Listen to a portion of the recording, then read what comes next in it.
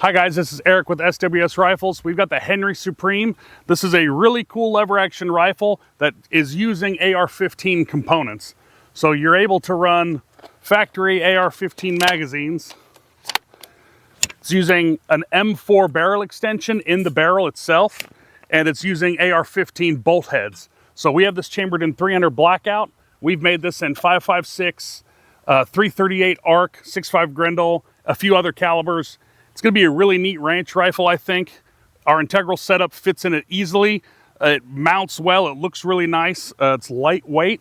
And all our calibers we're making right now are hearing safe. So I'm going to shoot a couple of supersonic rounds, and we're going to shoot a couple of subsonic rounds, and you can see how it performs.